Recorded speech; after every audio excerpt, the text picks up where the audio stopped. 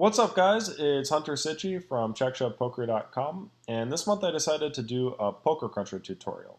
So, Poker Cruncher is an application for Apple products and Android devices that allows you to perform a whole bunch of different poker calculations very quickly.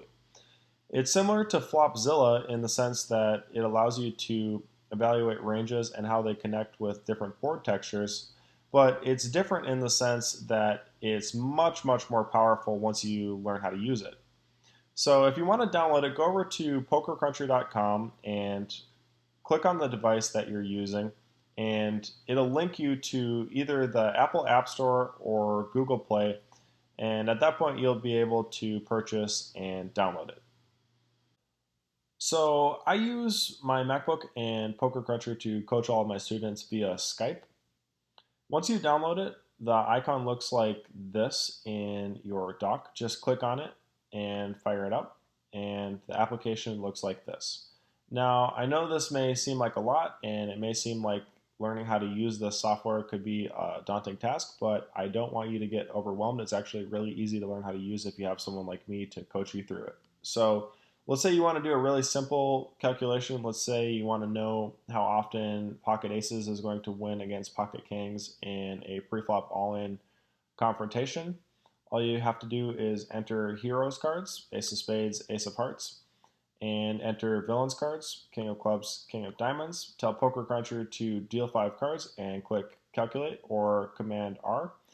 Let it run a few million simulations. It's going to do Monte Carlo simulations, meaning that it's dealing out random flops to see how often hero and villain are going to win respectively.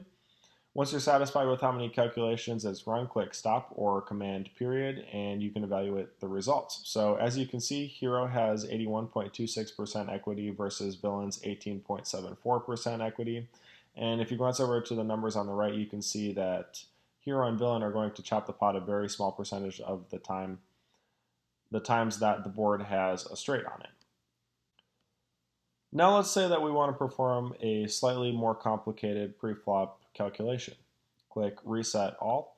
This time we want to know how often hero is going to win with ace king of spades versus the top 10% of hands that villain could be dealt. If we want to select the top 10% of hands that villain could be dealt, we need to go over to the right-hand side of the screen and use the scroll bar to select the top 10% of hands, or we can manually enter that percentage into this box right here.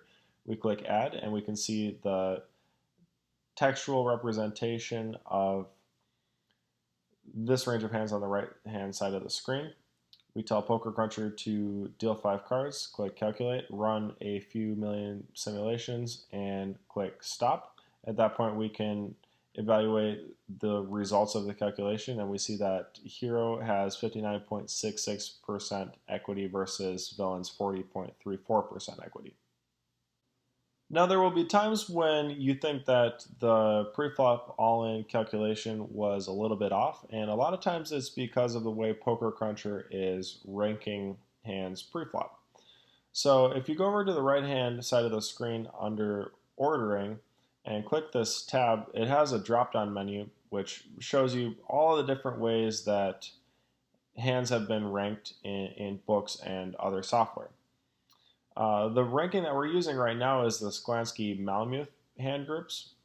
So as you scroll from the best hands that you could be dealt to the worst hands that you could be dealt, you'll see that it places a heavy emphasis on suited and connected cards. And that's because this is for a late position opening range or perhaps a 3-betting range that performs well when stacks are deep. But in an all-in confrontation, these numbers might be off a little bit. You're not going to choose 5-3 suited over ace-9 offsuit to move all in with preflop. Instead, you should go over to the Sklansky-Chubukov all-in no-limit hold'em rankings, and this will give you a much more accurate depiction of what's going on. You'll see that it ranks the best hands starting with pairs, and then it works its way down to aces and kings. And obviously this is going to perform much better in all-in confrontations. I encourage you to experiment with the different hand ranking systems and see how things change based on the situation that you're trying to create. Now, if the 8 hand ranking systems aren't enough for you, you can always manually construct a range by holding down the Shift key and selecting hands individually. If you want to delete hands from your range, hold down the Control key and select hands individually again. If you want to add more than one hand at the same time within the same column, hold down the Shift key and just drag, similar to Flopzilla. Again, if you want to delete all these hands, hold down the Control key and just drag until the end of the column, and it will delete all of them. Another way you can do it is by adding hands in categories. So let's say that we're opening on the button and we want to just construct a range and maybe save it so that we don't have to go through this process more than once. Let's say I want to open any pair. I could just click this any pair tab and select add. I'd also like to open any Broadway, so I can just click this, and I don't care if it's suited or offsuit. I click add. Now I want to add some suited hands that are connected, add, and suited hands that have one gap in them. I'll add those as well. Maybe I'm not happy with deuce 3 suited, 4 deuce suited, 4 3 suited, and 5 3 suited because I'd like a little bit more strike potential to go with these hands. I can always hold down the Control key and delete those. Then I want to add any suited ace, King 9, Queen 9, and some other weaker suited hands. I also want to add some offsuit 9x combos, Ace 8, Ace 7, King 8, and 9 8, and I'll call it a day at 35.1% of hands, or 466 of the 1,326 combos that I could be dealt pre-flop. If I want to know what this looks like in text, I can always click this text tab right here and just go in here and copy and paste this. For instance, if I was posting it in a 2+2 post or a blog post for checkshowpoker.com, I would just go in here and do this, and it makes my job really easy. And if I don't want to go through this process more than once, I can save this range by clicking this drop-down menu and just pressing save as range number 1, and it will save this range. Then I can go over to this other drop-down menu and load the range by just clicking on this tab. So I'll clear this out and show you what it looks like. And there you go. I have 35.1% range from the button. So this is great if I'm trying to run simulations involving late position opens and perhaps the big blind's defense or a small blind's 3-betting range. Anyway, that's pretty much all you need to know about this box over here. If you want to clear this out, just select clear and move on to the rest of your calculation. Let's say that you're opening this range of hands on the button and the big blind calls. The flop comes King of Spades, 7 of Hearts, Deuce of Clubs, and you want to know how often this range of hands connects with this board. Well, all you have to do is tell Poker Cruncher to only deal to the flop, click calculate, and let it work its magic. In the center of the screen, you see that it added a whole bunch of columns that weren't there before, and now you see that it can tell you exactly how often you're going to make a certain type of hand. So for instance, you're going to have one pair on King 7 Deuce Rainbow 40.89% of the time, and if you scroll over each checkmark box, it will highlight those hands in red. And you have a make hand stats tab and you have a hit hand stats tab. Make hand stats is for expressing how often you're going to make a certain hand value. So if you wanted to know how often you were going to make 2-pair on this board, whether your hole cards were involved with the board or not, you would select this tab. If you wanted to know how often you were going to hit a hand, meaning that your hole cards have to be involved with the board in some way, you would select the hit hand tab. And if you get confused, you can always click on one of these question mark tabs. They're all over the screen, and they explain the different hotkeys and functionality that Poker Cruncher can provide.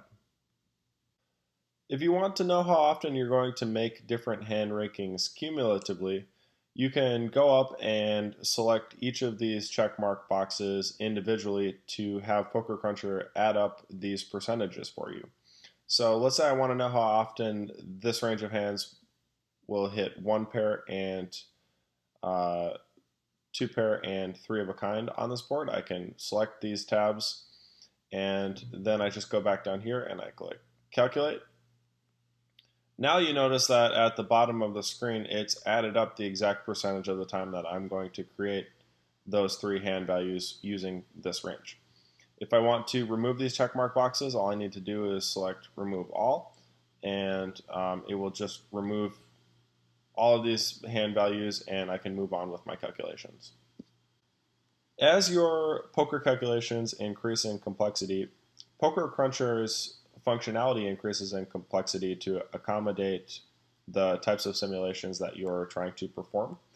So let's say that you think hero is opening this range of hands on the button, and you think that villain is defending with this range of hands by calling out of the big blind.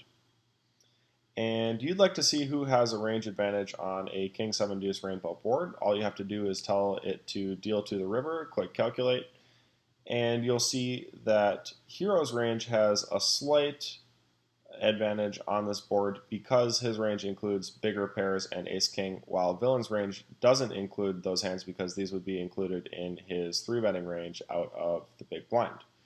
Now we can take that a step further and see how each of these hands are performing individually versus Hero's range by just clicking the breakdown tab. And there's a distribution graph. It'll show you each of the hands in villain's range and how well it performs against Hero's range in its entirety. If you'd like this in greater detail, click the View Details tab and it'll show you the equities of each of the hands individually and different hand groups. If you want a visual representation of that, go over to the heat map and it will highlight all of the hands in villain's range and show you the equities. So the hands that have no pair and no draw are highlighted in red. They're performing very poorly against Hero's range. So a lot of times you can tell within a very close margin how often villain is going to be check folding as a result of these heat maps like this. You can also go over and check out Hero's range as well and see how each of those hands are performing versus villain's range. Again, he has a lot of no pair, no draw hands. There are certain middle pair hands that he has that villain is not defending with, so these are highlighted in green. And if you wanted to strengthen the equity requirement of each of these hands, you can go to this slider bar. Right now I have it set to highlight anything in green that has over 50% equity against villain's range. If you wanted to increase that to 60%, you could just slide up and add 10% to that range. So as you can see, this is a very, very useful feature if you're trying to evaluate flop texture on a much more detailed level. Before I can continue with this tutorial, we need to talk about combinatorics, because if you aren't familiar with that term, you're not going to understand a word of what I say for the rest of the video. Essentially, combinatorics is used to determine how often you can be dealt a certain hand and how often that hand is going to be included in your range. For instance, if you wanted to know how often you could be dealt pocket aces preflop, all you would have to do is click on the Pocket Aces tab in this box, and Poker Cruncher will show you all of the different ways that you could be dealt Pocket Aces preflop. You could be dealt the Ace of Hearts and the Ace of Spades, the Ace of Clubs and the Ace of Spades, the Ace of Diamonds and the Ace of Spades, etc., etc. The same thing applies to Ace King suited. Just click on that, and you'll see that there are 4 different ways that you can be dealt Ace King suited: Diamonds, Clubs, Hearts, Spades. And if you want to know how often you can be dealt the Ace-King offsuit counterpart, just click on that and it will show you that there are 12 different ways that you can be dealt Ace-King offsuit. In total, there are 16 ways that you can be dealt Ace-King preflop. This is why there's a myth that Ace-King is the hand that causes most people to bust out of tournaments. The reason most people bust out of tournaments with Ace-King is because you're 2.33 times more likely to be dealt Ace-King preflop than you are to be dealt Aces preflop. So that's definitely an eye-opener for any of you that aren't familiar with combinatorics. And you can take this formula and apply it to different flop textures as well. So if the flop is king of spades, seven of hearts, deuce of clubs, obviously the king of spades cannot be in your hand since it's on the board. And if we want to figure out how often we can have ace king on this board, all we need to do is take the number of remaining aces in the deck and multiply it by the number of remaining kings in the deck. 4 times 3 is 12. There are 12 ways that hero can have ace king on this board. And while there are still 6 ways for hero to have aces on this board because there are no blockers involved in the simulation. If you need a further explanation of what's going on here, go watch James Splitsuit Sweeney's video on combinatorics, and he goes into much greater detail on all the different ways that this applies to different flop textures. So I like to use Poker Cruncher to create near game theory optimal simulations for both hero and villain. And by doing that, I can see what perfect play on a flop like King 7 Deuce Rainbow should look like, and as a result, it makes it easier for me to identify the mistakes that my opponents are making, and in turn, that allows me to exploit them to the max. So some of you may have been wondering why I chose to open 35.1% of hands on the button.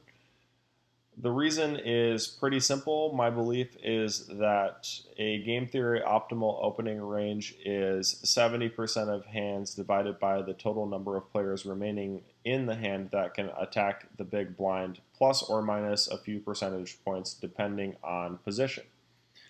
So if I wanted to figure out what a game theory optimal opening range from the small blind would be, let's say the whole table folds around to me in the small blind and I'm going to open versus the big blind, I would take my calculator and I would take 70%, and then I would just subtract a little bit from that because I'm at a positional disadvantage, and I would end up with a number that is very close to game theory optimal opening range. If I go check this in Poker Snowy is a supercomputer that has attempted to solve poker at less than 100 big blinds. It would tell me that I should play 62% of hands from the small blind, so you see that my formula is very close to accurate.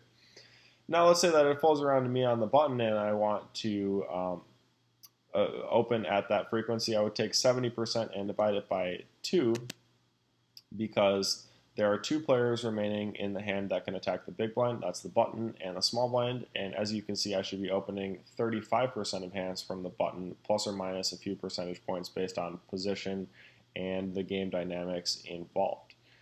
If I was opening from the cutoff, I would take 70% and divide it by 3 because the cutoff, the button, and the small blind can still attack the big blind, and you would see that 23.33% of hands would be very close to GTO on this board.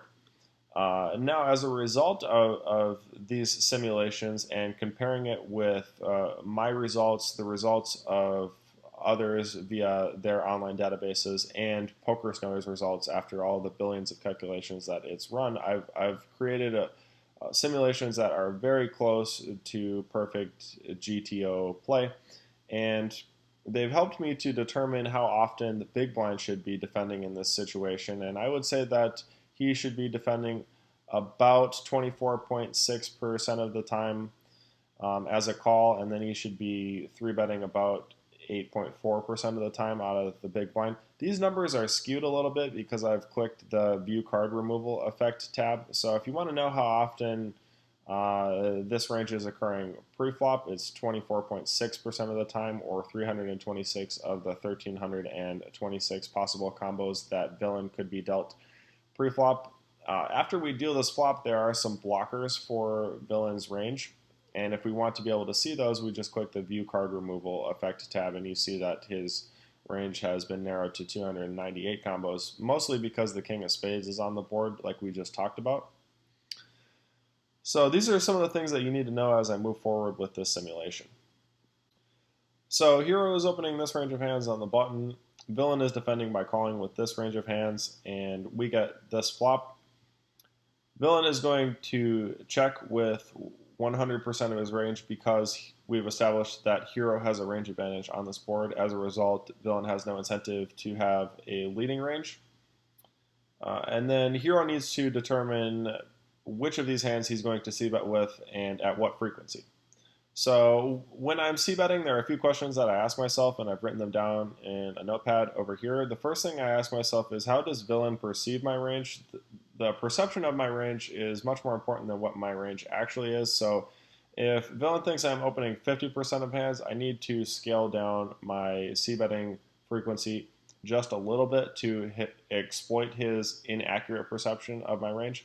If he thinks I'm opening 25% of hands from the button, I'm going to scale upward a little bit, again, to exploit his poor perception of my range. Then, as a result, I need to ask myself, what is villain's range? So his range is going to fluctuate in size based off of that perception. And then I need to make sure that I keep my actual range in mind so that I don't lose track of my combos and end up over bluffing on certain blank turns and river cards. Then I ask myself, as a result, who has a range advantage on this board? We've already determined that I have a range advantage on this board because I have big pairs and ace-king in my range, while villain's range is a little bit more capped than mine. Then I ask myself, how many value combos do I have on this board? I'm going to show you how to figure that out real quick. And as a result, how many bluffs can my range support? I'm going to show you a new formula that most people have never seen before, and is going to help you quite a bit to figure this out. After that, I ask myself, is villain folding often enough that the formula that I've created and the simulations that it has produced, do they make sense? And for the most part, this is a really good way to double check that. And then lastly, I ask myself, can I defend often enough against check raises to meet minimum defense frequency? And I pretty much always can. So I'm going to pause the video and just show you the breakdown of all of this and how it applies to this board. All right, I'm back, and that took me quite a bit longer than I thought it would, but it's definitely going to be worth the effort. Now I want to talk about bluff to value ratios for half pot bets.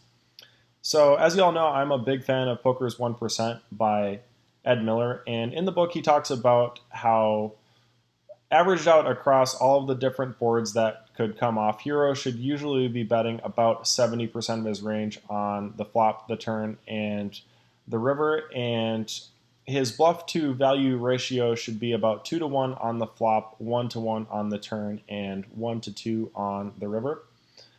I like to take that a step further and ask myself who has a range advantage on each board and subsequently on the turn and the river cards. So on this flop, Hero definitely has a range advantage because villain's range is quite a bit more capped. Consequently, I think Hero should be betting at a 3-to-1 bluff to value ratio instead of the 2-to-1 ratio that Ed Miller suggests, since he can represent more hands than villain can. Okay, and this makes quite a bit of sense if you work backwards from the river. So if you're on a dry board and Hero either has the nuts or a complete bluff, and he bets half of the pot, he's offering villain 3-to-1 to call. And in order to make villain's decision neutral on the river, he needs to be bluffing 25% of the time, allowing villain to call and win 1/4 of the time. Hence the 1-to-3 bluffing ratio on a board that is advantageous to villain. Okay, and the more advantageous the board is to Hero's range, the more often he can bluff and likely get away with it. So on a neutral board, that's why Ed Miller would suggest bluffing at a 1-to-2 ratio. And then I would go as far as to say that you could bet at a 2-to-3 ratio on a very advantageous river. For instance, the times the river completes a straight and a flush, and you have more of those hands in your range than villain does. And then the same thing applies to turn cards. You're bluffing just a bit more often because you'll often have hands in your range that have equity, so they have a chance of improving, and because of that you need less fold equity to continue barreling. And then obviously on the flop you're going to have the most equity because you have 2 cards remaining to hit your draw. So if you converted these ratios to percentages, you'd be bluffing 25% of the time on the river on a board that is advantageous to villain, 33% of the time if it's neutral, and 40% of the time if you have an advantage. It would be 50% on neutral turn cards, 60% on advantageous turn cards, and 40% on advantageous turn cards to villain's range. Then it's 75% on a flop like King 7 Deuce Rainbow when hero has a range advantage, 66% of the time when the board is neutral, and 50% of the time when it isn't. I can't say that these numbers are absolute because range advantages are going to fluctuate in severity across all the different boards that could come off. But for the most part, I would say that this is very, very close to accurate. And what you notice from this is that your c-betting frequency becomes a metric of the number of value hands that you have on each board. So for instance, if we go over to King 7 Deuce Rainbow, I've done this simulation and simulations like this so many times that I can actually do it in my head when I'm at the table. So when I'm at the final table of a tournament and I want to make sure that I'm playing as close to GTO as possible against very good opponents, I'll actually slow down enough to do this in my head. So when King 7 Deuce Rainbow comes off, I start by asking myself how many sets I have in my range. And on every rainbow board, I'm usually going to have 9 sets if my range is uncapped. 3 sets of deuces, 3 sets of sevens, 3 sets of kings. Then I ask myself, how many overpairs do I have? Aces is the only overpair on this board, and I know that I have 6 combinations of those, so 15 combinations total.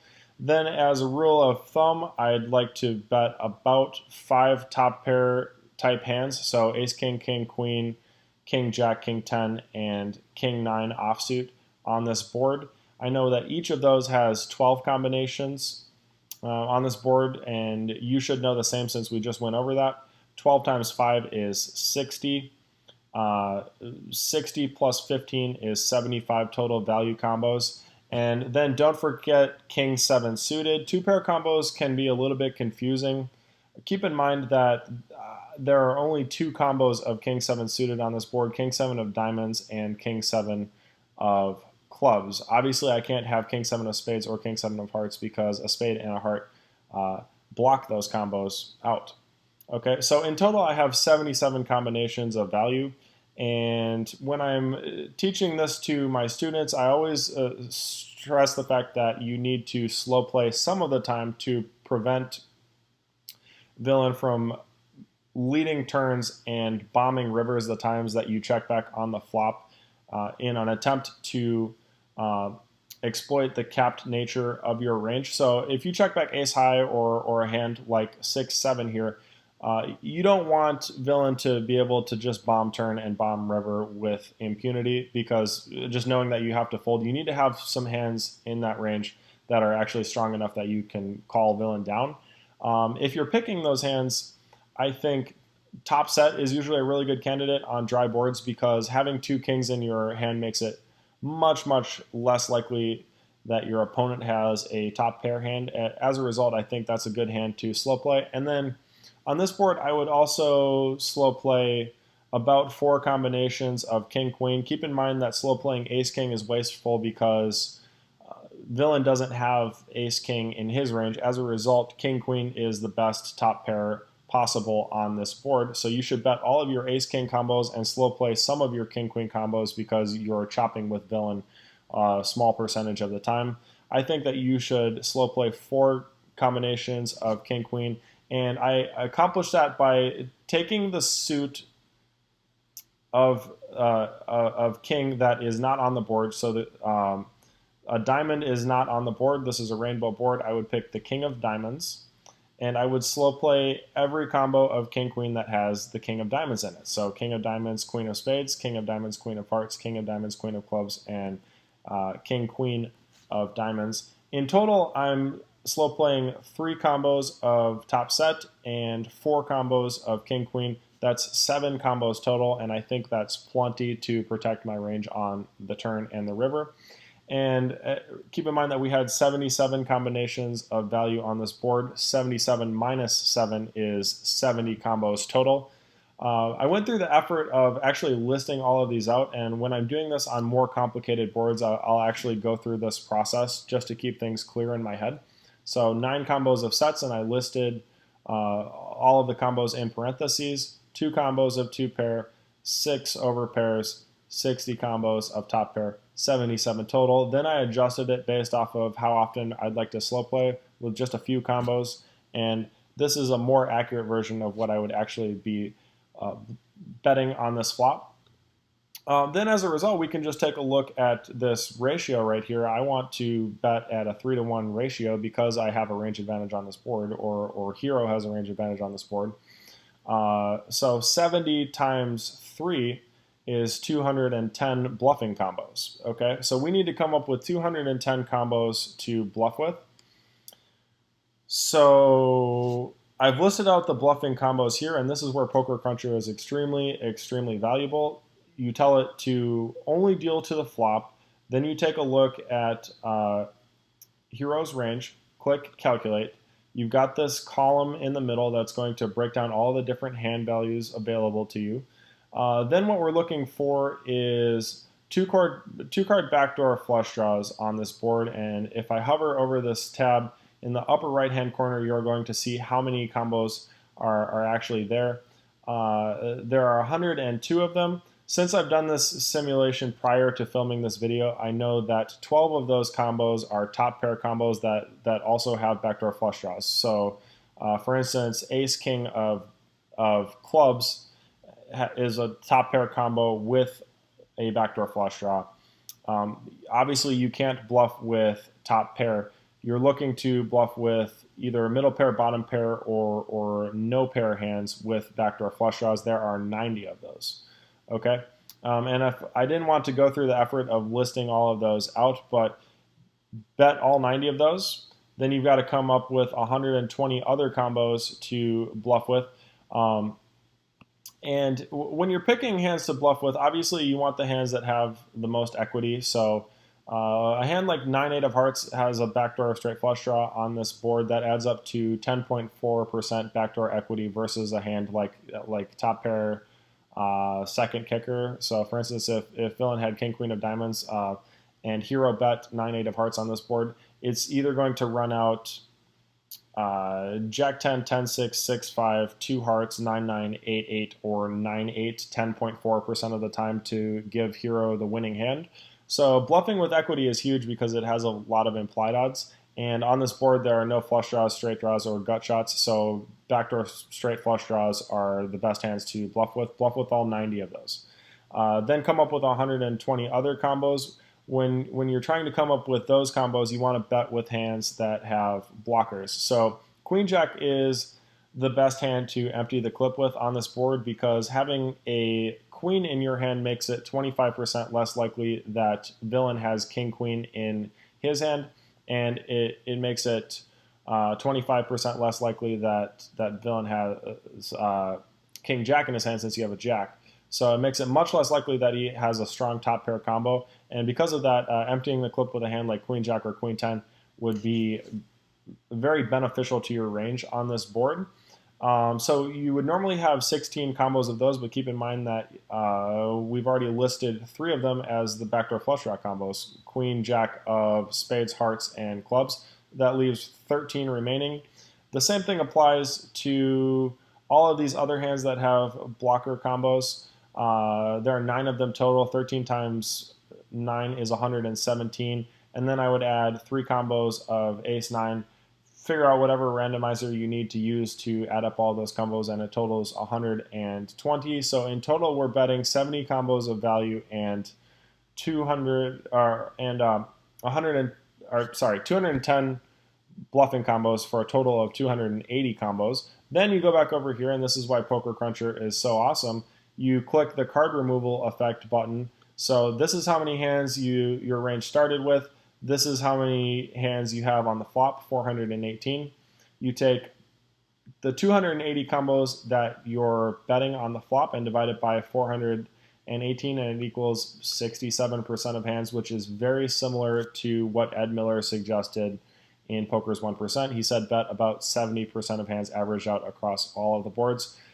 So right away we see that this is very accurate from a variety of perspectives. And now I'm going to pause the video and do the math necessary to show you how to fact check these numbers and make sure that villain is, first of all, check folding often enough to that it makes sense to bluff with this many combos, and secondly, to make sure that Hero can actually defend often enough against a check raise that he can meet minimum defense frequency. All right, so let's talk about how often villain needs to check fold on this board in order for Hero to be able to bluff with any two cards profitably. So if Hero c-bets half of the pot, his bet adds up to 1/3 of the total pot, and if he has no chance of improving by the river, he needs villain to check fold 1/3 of the time to be able to bluff with any two cards. That means that villain needs to be defending at least 2/3 of the time to prevent Hero from just bluffing and making an automatic profit. Okay, so this is where Poker Cruncher is awesome. You just click on villain's range tab, and I've already clicked calculate, and then you go up here and you click the high card tab, and you'll see that 63% of villain's range consists of no pair, no draw hands. The best hand possible in that range is ace, jack, high. And since I've done so many simulations like this, I know that in order for villain to meet minimum defense frequency by check calling with 2/3 of his range, he needs to be check calling with all of his ace highs and most of the combos in his range that have backdoor straight flush draw potential. So that includes hands like queen jack of spades on this board. And I can tell you with 99% certainty that any player that you play against in a 5-10 game or less is not meeting minimum defense frequency on this board, and as a result you could profitably bluff with any two cards on this board in theory. Okay, I wouldn't suggest doing that because I think at some point your opponent would adjust by either playing tighter pre-flop or check raising you more often. So behave yourself. You could bluff at more than a 3-to-1 ratio, but not so much that your opponent adjusts. Okay, and that leads to the second question that you should ask yourself: if villain starts check raising a lot, am I able to defend at minimum defense frequency? Because it goes both ways. So let's say that you're in a 5-10 game and you open to $30 on the button, the small blind folds, the big blind calls. Let's ignore the small blind and say that it was raked out of the pot. So the total pot is $60. The board comes king, 7, deuce, rainbow. Villain checks, you c-bet $30, and villain check raises to $90. At that point, he's risking $90 to win $90. So if he has no chance of improving by the river, he needs you to fold half of the time to be able to profitably bluff with any two cards. Okay, that means that Hero needs to be able to defend with half of his range to prevent villain from being able to bluff with any two cards, and that equates to defending with all 70 value combos along with 105 bluffing combos. So he would need to 3-bet with at least 35 combos, and that just adds up to a bunch of backdoor straight flush draw combos, and that's definitely achievable. And keep in mind that villain doesn't really have any incentive to be check raising on this board since there are no semi-bluffs to complement the sets and combos of king 7 suited that he might try to check raise. So what I'm saying is that he has no incentive to have a check raising range. If he started check raising a lot, it'd be really easy to just start 3-betting the flop a bunch and defending at the correct frequency, or sometimes even more than the correct frequency. Okay, but it's important to keep that in mind on other boards. So if this board was like 9-8 deuce with 2 hearts, you would definitely need to keep that in mind if you decided to widen your bluffing range a bunch, because then villain could probably start check raising you with big equity hands, and you might start to struggle on that board. So those are the two ways that you can check that my formula is correct. To recap, you just always ask yourself, what is the perception of my range? As a result, what is villain's range? And then keep track of what your range actually is so that you don't lose track of all of the combos in your range.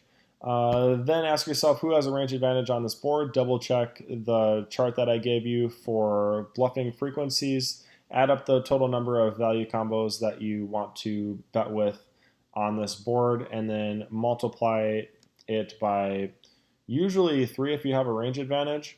At that point, compare it to the total number of combos in your range to see if it's about 70%. If so, ask yourself, is villain check folding often enough on this board to be able to bluff with any 2 cards? For the most part, all 5-10 and 2-5 players are going to be check folding too often.